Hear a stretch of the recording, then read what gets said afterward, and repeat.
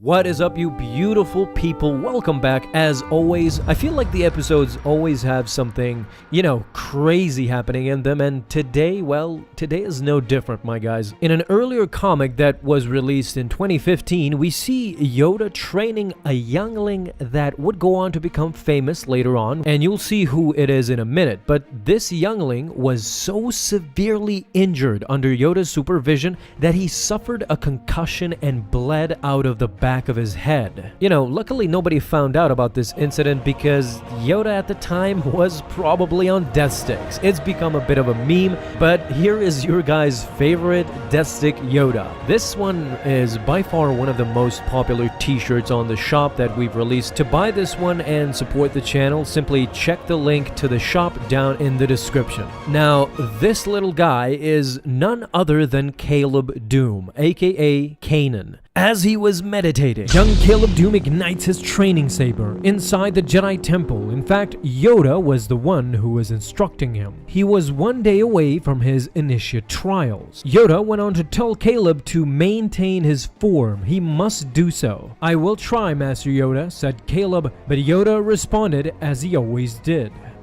Do or do not. There is no try. A curious and innocent Caleb Doom, he was trying to understand what was Master Yoda trying to say with that, but one of his fellow younglings rushed toward Caleb and tried to hit him with her training saber. Caleb fortunately blocked in time. "Tai," he said, "he wasn't ready, but will the Separatists wait for you to be ready when they strike?" Well, they might, but not Samo Quid, as Quid rushed towards both of them, hitting Tai with the lightsaber, but in the process, Caleb was pushed out of the way as he fell and hit his head on the concrete. Yoda told everybody to hold. Caleb tried to tell him that he is fine as he was holding the back of his head. Blood was coming out. Yoda immediately noticed. But for Caleb, it was nothing. "It is essential that he goes to the infirmary," said Yoda. With no other choice, Caleb said, "Yes, Master," and proceeded for the infirmary. He was disappointed that he will miss the entire session as Yoda continued to instruct the other younglings. Caleb was on his way. He wasn't even bleeding anymore, but he reached the infirmary just in case. The medical droid asked him what it was, and Caleb informed him. "Well, obviously you broke the skin," said the medical droid, "but it has already clotted. It will heal on its own," as he told Caleb to stop whining, grow up, and get out. Well, he's going. As Caleb was slowly leaving, he turned his head and saw someone. A Jedi inside a Bacta tank, recovering. "Who is that?" said Caleb, as he was mesmerized, still looking at her. "Why do I feel like I know her?" "None of your business," said the medical droid. "Now go, and don't come back unless you're bleeding internally." The droid dismissed Caleb, but suddenly, shortly afterwards, the droid heard a knock. It was the Jedi knocking on the glass. Now everybody was gathered, Mace Windu, Yoda, and Obi-Wan. They indeed had expected a full recovery. "Physically, yes," said the droid. "I cannot speak for her mental state, but Depa was now awakened. My mental state is fine," she said.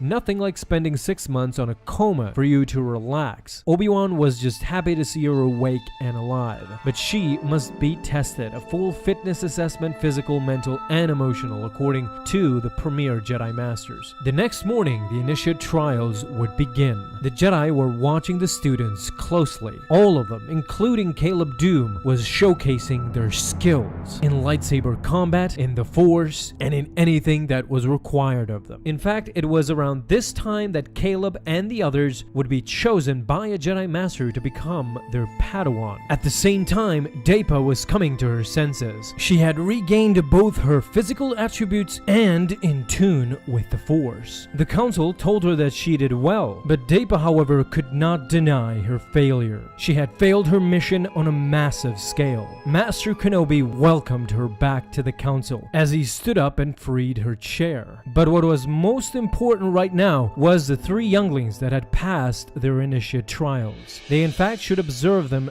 very closely. And that they did. Caleb in particular. As Jocasta Nu was explaining how Jedi Knights had chosen their Padawan for centuries, Caleb rose his hand. He said, "Why?" "Excuse me," said Jocasta. "Well, why is that the preferred method?" His curious nature was just too overwhelming. He wanted to know everything as a little child. As Windu looked on, Depa Billaba was snickering, reminiscing reminiscent of how she was once a child and inquisitive. Later on, the Jedi Master took on a more intensive approach. She started tutoring the younglings, teaching them Form 3. Once that was done, they were now deflecting fire from the training droids. As eager as Caleb was, he deflected one of the blasters back at the droid, which ended up destroying him completely. By now, Balaba had definitely seen the future that this young child possesses as a Jedi Knight. From the moment Caleb saw Balaba, the Force connected them instantly. And while it took just a while, Balaba now notices Caleb as well, as the comic continues with them both intertwining their fates as master and apprentice eventually. We will get to that in future renditions. If you want me to continue this series, guys, please feel free to leave a comment down below and I will be glad to do so. Thank you so much for stopping by. This was the beginning of Kanan First Blood,